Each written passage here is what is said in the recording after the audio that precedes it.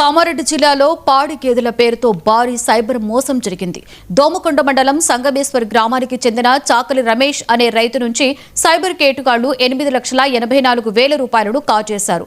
రైతు రమేష్ యూట్యూబ్లో రీల్స్ చూస్తున్న సమయంలో తక్కువ ధరకు పాడి గేదెలను హోమ్ డెలివరీ చేస్తామంటూ ఒక పోస్టు కనిపించింది. ఆ పోస్టులో ఉన్న సెల్ నెంబర్కి కాల్ చేయక అవతలి వ్యక్తులు నమ్మకంగా మాట్లాడి డీల్ని ఖరారు చేసినట్లు సమాచారం.